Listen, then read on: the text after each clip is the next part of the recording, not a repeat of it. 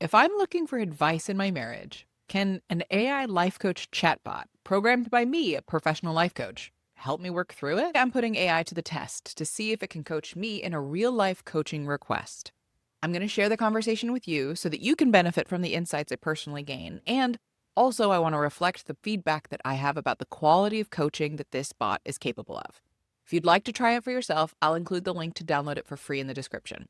If you're watching on YouTube, you're going to see the transcript next to me here on the screen. But if you're just listening, then I'm going to be reading back the conversation to you instead of reading it in real time as I go through the coaching request. I got some feedback that the audio was a little bit weird last time, so this gives us a little better chance of you hearing everything and for us to get really into the nuances of this conversation. Okay, let's dive in. Right now, my husband and I are focusing on practicing validating the other person's experience or feelings before we share our own feelings or experience, or even our support or suggestions.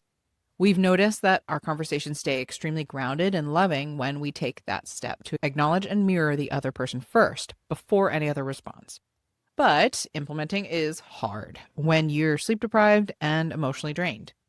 What I find is that when I'm sharing my feelings or needs, for example, it's often at the end of a long day and both of us are out of bandwidth. So we both forget to practice that, and before we know it, we're feeling more disconnected by the end of the conversation. What are some tactics that I can use to remember that in the moment and also to reflect to my husband when he's forgotten too, without it coming out as critical or a blame game? It said, yes, this is such a real, we know the skill, but we lose access to it when we're tired problem. The goal is not to become perfectly validating at 8:45 p.m. with two depleted nervous systems. The goal is to create small cues, scripts, and repair pathways so validation becomes easier to return to. Here are the tactics I'd use. Okay, so we are not in a coaching conversation. I'm not surprised because my coaching request was, what are tactics? So, lesson to all of you who may be using this chatbot alongside me for your own personal support. If you ask for tactics, you will receive them. So we are just going to explore the suggestions that it gives here because it doesn't ask me any questions. Yep, nope, no questions. But it does give me a 10-part syllabus on how to proceed through my marriage. So let's see what advice it gives. Okay, so it says, number 1, name the shared practice when you're not in the hard moment. This prevents it from feeling like one person is policing the other. You may say earlier in the day or during a calm moment, I love what happens to us when we validate first. Can we make that our shared practice this week? Not perfectly, just something we gently help each other remember. That way, when you bring it up later, you're not introducing a critique, you are referencing a mutual agreement. Love that. Number 2, create a tiny phrase that means validate first. You need something short enough to access when you're tired. Not a paragraph, not a therapy speech, a cue. Some options. Can we mirror first? Validate first? Can we slow this down? Can you reflect me before responding? I think I need the first step. Can I get the acknowledgement before the solution? Can we do the thing? That's what I think most often we say is, can we do the thing? That tends to be our go-to already. My favorite for you might be, can we do the first step? It's gentle, collaborative, and doesn't sound like you're failing. Fair. Number 3, use a physical cue instead of a verbal correction. Sometimes saying, you didn't validate me is too loaded, even if it's true. A physical cue can feel less accusatory. You could agree on something like, hand on heart equals I need acknowledgement first. Touching your own chest equals feelings first. Putting one hand up gently equals pause, I'm getting activated. Holding up one finger equals first step, or taking one slow breath together before responding. This is especially helpful when words are the thing making everything worse.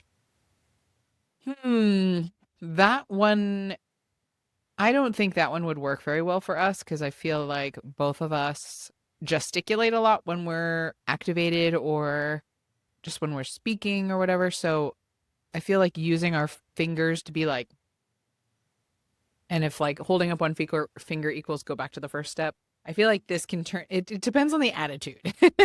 If I'm holding up a finger, kind of raising an eyebrow at him, that would escalate things more so than slow things down or tell him to go backwards. And like putting hand on heart for me or for him would probably just, for me, feel a little disingenuous. So this one did not land, but fair enough for the suggestion. 4, ask for the kind of response you need before you share. This is huge, and honestly, I agree with this one a lot. Instead of hoping that he remembers, give him a doorway before the conversation starts. For example, I want to share something vulnerable and I don't need a fix. Can you just reflect back what you're hearing first? Or, I'm feeling tender, so before you share your side, can you help me feel understood first? Or, I do want to hear your experience too. I just need acknowledgement first so I can stay open. That last one is especially good because it reassures him. I'm not saying that your experience doesn't matter. I'm asking for order of operations. This is something that I'm trying to practice. And the intent of this request was actually like, how do I practice this in the moment and not forget? Because I feel like communicating in any relationship, but especially an intimate romantic relationship, you want to set your partner up for success and not set traps. So sometimes I've noticed when I'm really depleted, I unintentionally set a trap for him by knowing full well going into the conversation, both of us are on E, like out of gas, but I still expect him to do the thing. And so sometimes instead of saying everything I want to say and expecting him to remember, and then me having to be the one to remind him, hey, can you do the thing? And like we have to take a step back and then we're kind of in an undoing situation. It's just way better if I'm more intentional setting up the conversation at the get-go with, hey, I'm feeling tender right now. I really need to feel understood when I share something vulnerable with you. And then I want to hear how you feel about it or your experience about it, whatever the thing is.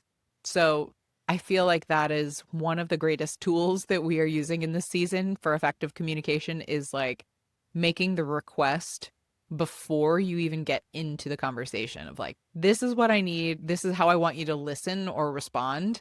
So that then when they are listening to you, they can be listening from the lens that you've set up rather than like they're listening from whatever lens they've got on right now. And then their thoughts pour out. And then you basically tell them that's not what I want to hear. But like they weren't listening from the lens that you asked them to because you didn't ask them to. So setting them up for success and not to fall in a trap is really, really valuable. Okay, moving on. Number 5, make validation almost formulaic when you're tired. When you're well rested, validation can be nuanced. When you're depleted, it needs to be paint by numbers. Love that metaphor. I will say chat's superpower is making pretty great metaphors. Love paint by numbers. But also using that as a metaphor is like perfect in this season for my marriage. You can agree that either of you can say, what I'm hearing is, that makes sense because I can see why you'd feel. The part that feels the most important is, did I get that right? That's it. That's the whole bridge. A great minimum viable validation is, I can see why that felt hard. You needed support and you felt like you were alone in it. Then the other person can say, yes, thank you. Now I can hear your side. So yeah, it's just basically giving you scripts, which again, the request is like, I know the practices. It's just how do I remember in the moment? So maybe it has some more tips for me there. Number 6, this is the biggest reframe. You are not calling out a failure. You are inviting a reset. Instead of, you're not validating me, try, can we pause and redo the first part? Or, I think we skipped the step that helps us stay connected. Or, I'm noticing I'm starting to feel defensive. Can we go back to reflection for a second? This keeps it about the process and not his character. Yep. Number 7, make it safe for him to cue you too. This helps it not become Ellen is the validation police. You can explicitly say, and I want you to cue me too when I skip it. I know I do when I'm tired. I want us to help each other come back, not keep score. That one line does a lot. It makes the practice mutual instead of hierarchical. Number 8, don't have a vulnerable conversation at the absolute end of a day without a container. This is really true. This may be the most practical piece. If the pattern is we talk about needs when we're both out of bandwidth, then part of the solution is not just communication skills, it's timing and containment. Try a 10-minute container. I want to share something, but I know we're both tired. Can we do 10 minutes where the only goal is understanding and not solving? Or, I have a feeling I want to name tonight, but I don't think we have bandwidth for the whole conversation. Can you just hear me and reflect it back and we'll revisit it tomorrow? This is powerful because many disconnection spirals happen when a conversation unconsciously becomes too big for the available capacity. That is a very common pattern for us where we dig into too deep of a conversation at like 9 p.m. when we're both like tucked into bed, ready to go to sleep. Welcome to toddler life, if anybody relates. But anyway, so yeah, I think defining the container of saying this is a 10-minute intro to a conversation, all I need is to feel understood, and then we can pick this back up tomorrow. I love just like, again, it's like getting ahead. It's being intentional at the beginning of the conversation before you're in it. Because getting into it and then having to take steps back, it can work, but sometimes you're already sliding down the slide, if you know what I mean. Like you're already in a habit, or you're already kind of getting a bit defensive or feeling frustrated or whatever, comes up. And it just, it's a way better winning combination if you are sharing something that you really just need to feel heard about and you say that before you go into the vulnerable share. So I like this other tip of not just saying like this is what I need, but like, hey, I'm going to share this thing for 10 minutes and let's talk about it. Let's set a timer almost, because like that's also another thing. As a verbal processor, sometimes the share that I have to share is important to me to share, but then it turns into a longer conversation than like either of us have bandwidth for. But it's just, I didn't set a container. I didn't say, hey, let's just talk about this for 10 minutes, but then we'll circle back to it tomorrow. So, helpful tool. Number 9, use a repair phrase for when it already went sideways, because it will. Truth. This is not failure, this being married with kids and nervous systems. You could say, I don't think either of us did anything wrong. I think we just got tired and skipped connection. Can we try again? Or, I feel disconnected, but I don't want to blame you. I think I need acknowledgement before we move into both perspectives. Or, I can feel myself wanting to defend instead of connect. I want to come back. That kind of language is both honest and non-accusatory. That's kind of how it's going right now. Like, I feel like we both are getting okay, like reasonably reliable to do this step where we repair and we say, hey, I think we skipped that step. But then instead of having a defined container, we're like 20 minutes into the conversation already. And both of us realize that we're going down the wrong path, and then we try to back it up, but then, it's a longer conversation than we intended to have, and we haven't really accomplished the goal, which is connection. So then we'll say that, and then we have to kind of redo the next day. So this is the step we're already doing.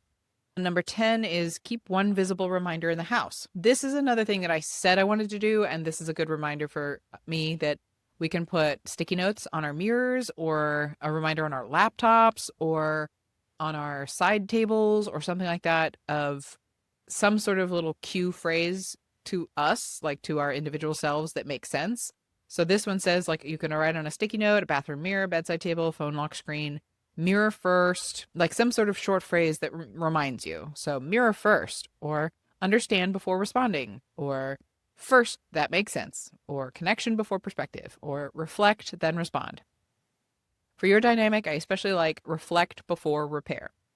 That's fine, but I kind of like the understand before responding, I feel, or connection before responding, or something like that. Or even just that makes sense, like something that just cues you to start with listening rather than responding. Because sometimes even loving support or suggestions can feel like a miss if the person has not felt received yet. The exact script I'd use when he forgets. Here's the cleanest version. I know you're trying to respond and I do want to hear your side. I think you need the validation step first so I don't go into defense. Can you reflect what you're hearing me say before we keep going? Or even shorter, I want to hear you. I just need to feel understood first. Can you mirror before responding? And when you forget, wait, I think I skipped the validation step. Let me try again. What I hear you saying is, that self-correction will make it much easier for him to receive your cue without shame. A simple practice for this week. For 1 week, make the goal ridiculously small. Every hard conversation begins with one sentence of reflection before anything else. Not perfect empathy, not a full Gottman dialogue, just one sentence. What I hear is that you felt blank because blank. Then, did I get that right? That little did I get that right is magic because it turns a conversation from defense into collaboration. The deeper truth here is you're not trying to win the moment. You're trying to protect the bridge between you. And when both people are depleted, the bridge needs very, very simple maintenance. Okay, so honestly, I didn't take this conversation any further than this because number one, I've said in the other segments, when chat goes hard with these, I guess, frameworks is what I could call this. When it gives me like a 10-step process in response to my prompt, sometimes I think it is worth going like redirecting it or telling it like, let's have a real coaching conversation. But the nature of my request was, what are some tactics that I can use to practice this thing that I've already committed to? Looking back, I wasn't necessarily looking for a coaching conversation. I was just really looking for some practical tools and maybe a framework. So it delivered on what I asked for. And as far as the quality of the framework it offered, not bad. Honestly, a lot of these tools are things that my husband and I have worked on actively together already because of having done couples therapy together and me being a coach. Like I kind of think of things in a step-by-step process like this and creating containers and setting each other up for success and not setting traps and practicing cues and scripted sort of things where it's like if you can't think of what to say, like lean on this. These are all things that we have practiced before. So, in terms of the quality of what it's telling me to do, it really is doing a great job of marital counseling. So, I highly recommend this for you if this is also something that you're working on with your spouse and take these tips into your own marriages. And yeah, I would say that this didn't give me anything new, but it definitely answered what I asked for. So, solid. And with that, we've come to the end of today's episode on the Contentment Creator channel, where we put AI to the test with some real life coaching. Whether you caught the whole episode or one of our segments, either way, thank you so much for making it all the way to the end. And I hope you are subscribed so you don't miss another episode. Join me in my mission to help a world full of content creators become a world of contentment creators. Bye, y'all.